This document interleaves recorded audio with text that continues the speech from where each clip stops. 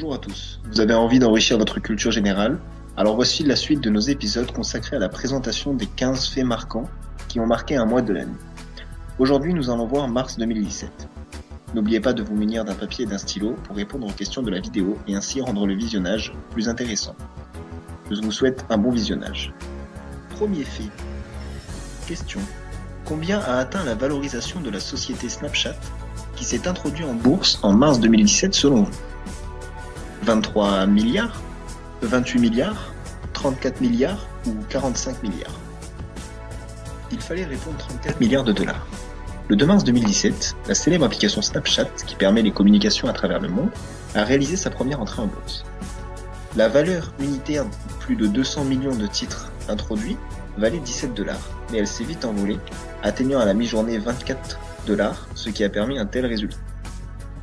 Nintendo Switch. À combien d'exemplaires s'est-elle écoulée durant le seul mois de sa sortie, à savoir mars 2017? 100 000, 1 million, 1,6 million ou 2,4 millions? La bonne réponse était 2,4 millions. Deuxième question. Quel est le poids du jeu vidéo dans l'économie française en 2017?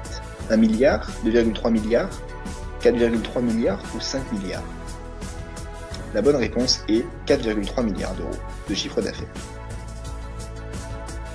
Cette statistique du SELL vient rappeler l'importance du jeu vidéo dans l'économie française. Revenons à la Switch. Elle est sortie le 3 mars 2017 et c'est une véritable innovation car c'est la première console hybride, à savoir une console de salon qui peut être jouée sur télévision, mais aussi une console portable que l'on peut transporter pour jouer. À la seule fin du mois de sa sortie, la console s'était déjà écoulée à plus de 2,4 millions d'exemplaires dans le monde et avait rapporté à Nintendo plus de 500 millions d'euros de chiffre d'affaires. Pendant ce temps, à Paris s'est déroulé du 3 au 5 mars le Salon mondial du tatouage, où on a pu assister à différentes compétitions. Pouvez-vous d'ailleurs me dire qui s'est démarqué dans la catégorie meilleur large noir et gris?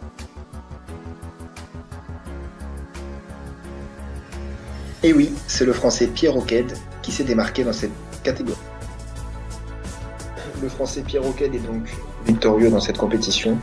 Voici d'ailleurs l'adresse de son salon, situé à Paris pour ceux qui voudraient aller se faire tatouer chez lui. On ne pouvait éviter ce sujet qui prend de l'ampleur en France chaque année. En 2017, une étude du Syndicat national des artistes tatoueurs avait évalué que plus de 14% des personnes majeures en France étaient tatouées, ce qui en fait donc un sujet important à l'heure actuelle. Passons au 8 mars. En quelle année cette journée a-t-elle été faite Journée internationale des femmes par l'ONU? 1945, 1977, 1998 ou 2001? La bonne réponse est 1977. Cette journée, qui est marquée par de nombreuses manifestations, vise à combattre pour le droit des femmes.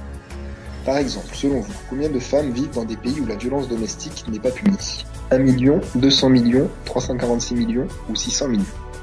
La bonne réponse est 600 millions. Cette statistique de l'UNIFEM vient nous rappeler ô combien ce combat pour l'égalité est important.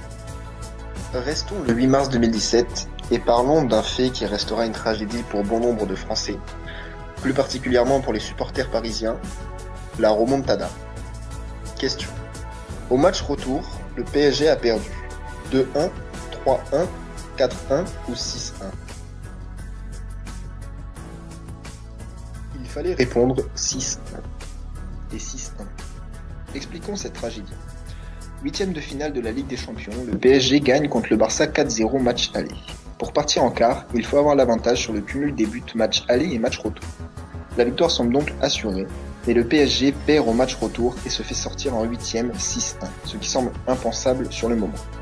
Cet exploit pour le Barça, ou cet échec pour Paris, sera vite qualifié de remontada. Abordons maintenant un autre sujet. Le 11 mars est l'anniversaire de Georges Clooney, la fin du Troisième Reich, la fin de la Première Guerre mondiale ou l'anniversaire de l'incident de Fukushima. Il fallait répondre l'anniversaire de l'incident de Fukushima, où 6 ans plus tôt, un séisme a entraîné la catastrophe nucléaire que nous connaissons tous. Cette question me permet d'introduire un fait marquant de mars 2017. Le 31 mars, le gouvernement japonais a levé l'interdiction de vivre sur 4 districts proches de la centrale. Cette levée d'interdiction est considérée comme une réinstallation forcée dans des zones qui restent inadaptées à l'habitat humain, selon plusieurs ONG comme Greenpeace Japon. En effet, des mesures effectuées dans cette zone en 2017 ont montré qu'un homme, s'il y vivait une année entière, serait exposé à 20 millisievert. Or, la Commission internationale de protection radiologique nous dit que le corps humain peut évoluer sans danger s'il est exposé à moins de 1 millisievert l'année. Cette décision fait donc scandale. L'affaire Fillon. Le 14 mars 2017 eut lieu la mise en examen du couple Fillon par le parquet de Paris. Quel est le montant des sommes perçues par Pénélope Fillon pour des emplois présumés fictifs selon le Canard enchaîné ? 50 000 euros, 189 000 euros, 560 000 euros ou 831 440 euros. Il fallait répondre 831 440 euros. Tout travail mérite salaire, dit-on. Mais pouvons-nous toucher un salaire sans travailler ? Un emploi fictif représente une rémunération perçue par une personne pour un travail qui pourtant n'a pas été fait. Dans cette affaire, le couple est accusé de détournement de fonds publics pour emploi fictif d'assistante parlementaire car c'est un poste rémunéré par l'État. Le 14 mars marque le début de l'affaire sur le plan judiciaire. François Fillon était alors candidat à l'élection présidentielle et cette affaire est, pour beaucoup, l'élément qui entraîna sa défaite. Le jour suivant marque un anniversaire.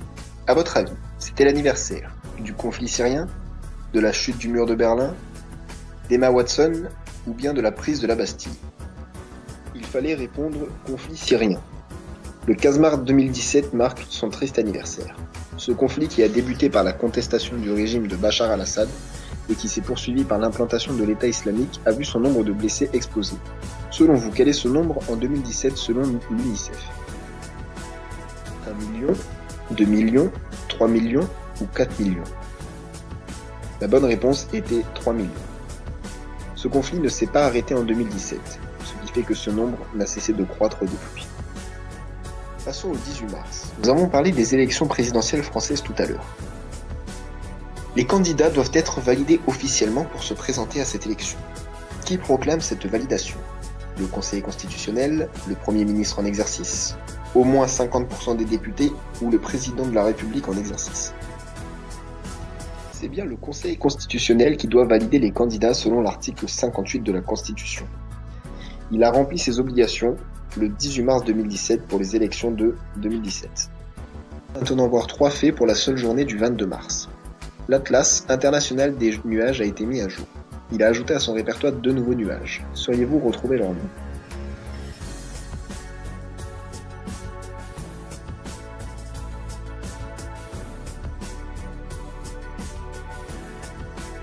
Le premier se nomme Volutus et le second Asperitas. L'Atlas des nuages sert à mieux comprendre les phénomènes météorologiques. Il sert également à identifier l'impact de l'homme sur ces phénomènes. Petite parenthèse détente. C'est le 22 mars que sortait le film La Belle et la Bête avec Emma Watson dans le rôle de la Belle. Qui se cachait sous le déguisement de la Bête ? Dan Stevens, Ian McKellen, Ewan McGregor ou bien Josh Gad ? C'est Dan Stevens qui a dû grimper sur des échasses pour interpréter la Bête. L'acteur avait d'ailleurs déclaré « Danser quand on est juché sur des échasses, ça demande de la concentration », faisant référence à la célèbre scène où les 2 tourtereaux dansent. La vérité est beaucoup moins esthétique. Troisième et dernier fait du 22 mars, le casque devient obligatoire pour les cyclistes. De moins de 8 ans, 12 ans, 15 ans ou 18 ans. Il fallait répondre 12 ans. Cette décision, votée par l'Assemblée nationale en décembre 2016, est rentrée en vigueur le 22 mars 2017. Si elle n'est pas respectée, une amende de 135 € sera infligée aux tuteurs légaux. Passons maintenant au 24 mars 2017. Quel amendement de la Constitution des États-Unis protège le droit des citoyens à s'armer ? Le premier, le deuxième, le sixième ou le huitième ? Il fallait répondre le deuxième. Cet amendement stipule que le droit qu'a le peuple de détenir et de porter des armes ne sera pas transgressé. Le 24 mars 2017 a eu lieu la marche pour nos vies à Washington, à la suite d'une tuerie dans le lycée de Parkland qui a fait 17 morts. Pour beaucoup, cela n'aurait pas eu lieu si l'adolescent de 17 ans, Nicolas Cruz, n'aurait pas eu les moyens de se procurer des armes pour faire un tel massacre. Restons aux États-Unis, toujours le 24 mars 2017. Question. Combien de sièges Donald Trump détient-il au Congrès américain en mars 2017 ? 289, 305, 200 ou 254 ? La bonne réponse est 289. Sur les 530 places que détenait alors le Congrès, Trump avait la majorité. Mais le 24 mars 2017, un texte visant à abroger l'Obamacare n'est pas passé au Congrès. L'Obamacare vise à mettre en place un système de sécurité sociale aux États-Unis, et Trump avait juré de l'abroger durant sa campagne. Cette défaite montre bien l'opposition forte qui existe dans ce pays. Finissons cette vidéo avec un fait important pour l'Union européenne, le Brexit. À votre avis, le oui l'a emporté à combien de pourcents au référendum du 23 juin 2016 pour savoir si oui ou non les Anglais voulaient sortir de l'Europe ? 51,9, 67,8, 78% ou 90 ?